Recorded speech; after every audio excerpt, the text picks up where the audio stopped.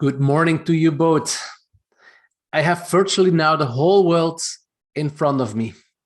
There is Mona sitting in Asia, and I say Asia because she can sit everywhere in Asia lately.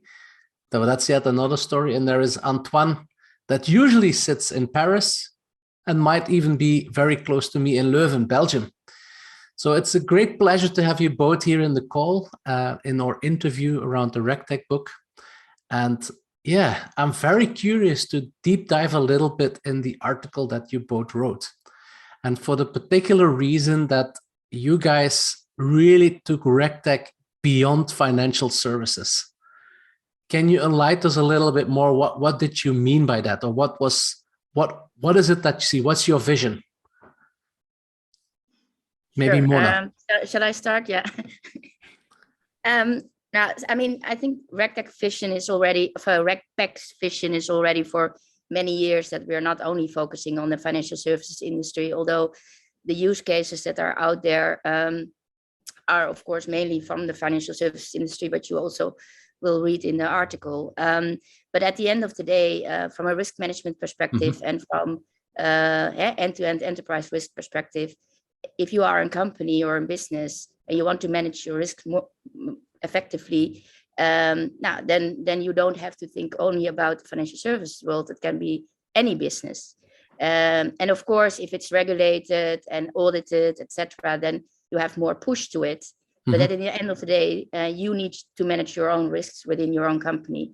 So that's the reason why we actually said, okay, let's now focus a little bit more on the use cases that are out there that are not only in the financial service industry, because that has already been discussed quite often and lengthily as well. But let's just focus on the use cases that are out there that actually are beyond the financial service industry. I particularly like that in the article because you made it real, and I turned to Antoine because he's the living proof of RegTech going beyond the financial industry, right? Yeah, and first of all, I cannot stress enough how grateful I am for Mona to invite me to co-write this article with her. And of course, thank you, Koen, for having me. Yeah, so exactly as Mona said, I think RegTech is everywhere now, not only in the banking or financial sector, and you can actually see it in the healthcare and pharma industry in which we operate with the company I work for, where regulation has become kind of a burden for a lot of companies in terms of efficiency. It costs a lot of time and money. And I think that digital solutions or RegTech solutions have a lot to bring to the world right now, especially in COVID times. Interesting. But would you then see that these are particular new players that come into play that have the same philosophy from a RegTech company, or would you see current RegTech companies already active in the financial industry moving abroad? And that question for both of you. Yeah, Mona, you want to go first? Okay, sure. I see both. I mean, I see companies that actually transform while they want to expand. They are looking into other industries as well. I know actually quite a few blockchain AI related companies that are in that field at the moment. But I also see like the company Antoine is now working for, that is, I think, more a new player in the field. I mean, they are not having solutions for the financial services industry, right? They actually really have it for pharmaceutical healthcare industry. So, and I think those are important players, new players that are coming into the market. There's not enough yet. I mean, it is just a beginning, I guess. It is early stage, but definitely there is a focus already there as well. And that's what we also try to emphasize, right? Yeah, and it's pretty much the same thing in the pharma industry, where you have giant corporations like Siemens or Thermo Fisher, Cytiva, GE Healthcare, and so on. We're trying to implement those solutions, but it takes a lot of time. And then you've got those newcomers / smaller startup companies that have brilliant ideas and really want to revolutionize the way things are done. And they're more flexible. They're more proactive in terms of how fast they can implement it. So it's exactly as Mona said. It's a mix of both. Mhm. So, but it actually means that the definition of RegTech really is the true definition, regulatory technology.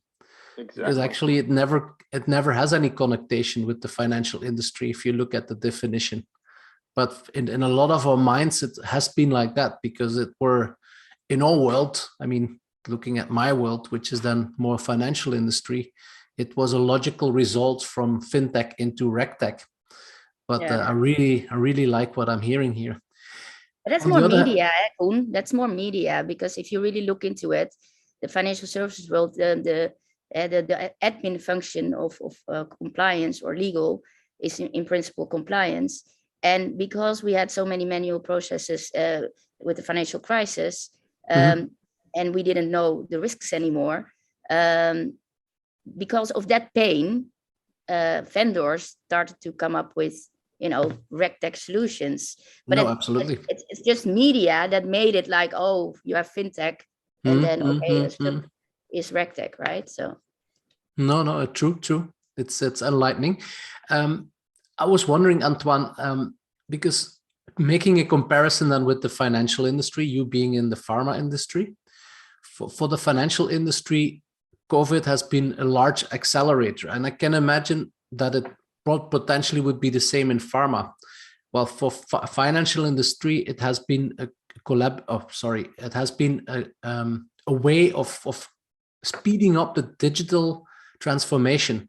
Would you say that is similar, or would you find different flavors there, or how would you look at it? Exactly the same. I would actually say something that may come across as a bit provocative, but as far Yes, as the please.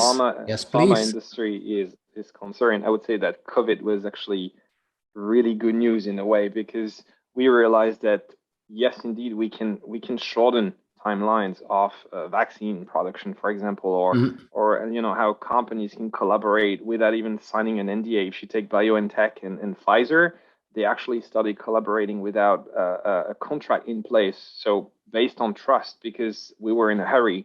And in 3 months' time, they initiated work without having any actual regulation around it, right? So we realized that instead of 10 years, we could actually produce a vaccine in less than a year. So it is possible.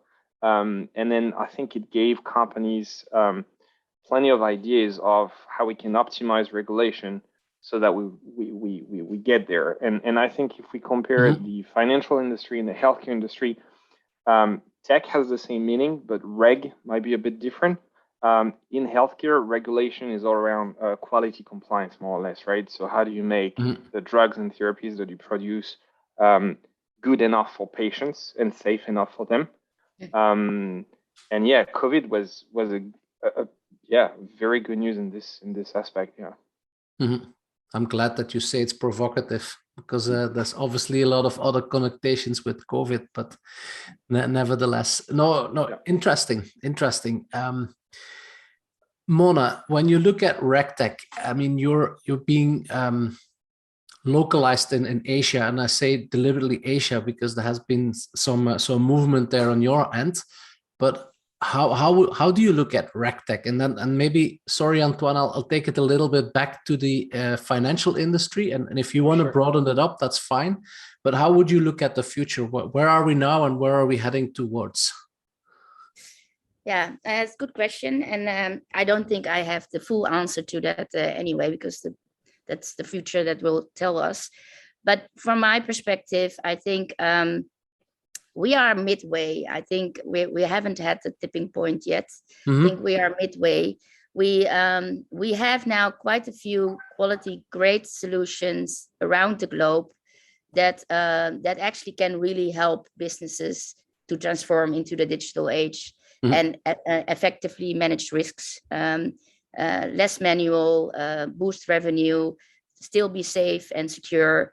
So I think we are getting there from that perspective in the most necessary ways. Let's know your customer, client onboarding, that kind of stuff. I mean, I think everybody anywhere in the world can now come up with something and say, okay, I know a vendor that actually have a solution that works. But if you really look a little bit further than that, and maybe data management, etc., I think we are really midway. And where should we heading to? Well, I think artificial intelligence, machine learning, deep learning needs to develop much more. And there, it goes quite quick from a technology perspective, but I think from an educational, from an adoption perspective, understanding of what we are actually really talking about and what it really can do for us, I think we are relatively early stage there. Mm-hmm. And I think, but it has a potential for a predictive perspective. There's some not mitigating risks, but really circumventing the risks, or actually really, like you were saying before, forward thinking. I mean, how can you prevent risks from happening? How can you prevent disasters from happening? We are not there yet. I think that, but that's definitely the future. Mm-hmm. How do you see that in the pharma industry, Antoine? Would you say midpoint? Would you say early adoption, or over the midpoint? Yeah, I totally agree with what Mona said. I think we're still at an even earlier stage in the pharma industry, and there's a good explanation for that. It's risk aversion. So most pharma companies are really reluctant to change if it has any potential risk that would impact their processes, and hence clinical trial and a certain drug adoption. So if you take digital tools, for examples, companies struggle with manual processes, paper-based records and documentations, because it's extremely heavy, it takes a lot of time, it's not optimized, and so on, but it still kind of works. So the way to think is, why change something that, all right, that we know, that we're familiar with, that works, even though it's not optimal? Why take the risk to store our data in the cloud, or to, work with tablets and better manage data? They do understand that it's for the best, but still, right? They're quite afraid of change. So I think we're really early in terms of adoption as far as the pharma industry is concerned. Sounds like familiar discussions in the banking industry, but in all fairness, that was maybe 3, 4, 5 years ago. So interesting times. Antoine, we're almost to the end of this interview, and as people that are tuning in more often in these interviews know, that at the very end, I always ask, why should people contact you? And I'm particularly curious with you. So why should people contact you? So maybe it's not me, but the company I work for, which is called MyCellHub. So it's a Belgian-based company, same as you, based in Leuven, which helps cell and gene therapy providers digitalize all their workflows, right? So as long as you have a lab and a clean room, at some point you're going to face very heavy documentation, high requirements, and heavy processes. What we do is we provide them with an ecosystem, which is a software platform that helps them better capture data, manage it, and provide operators with interactive work instructions.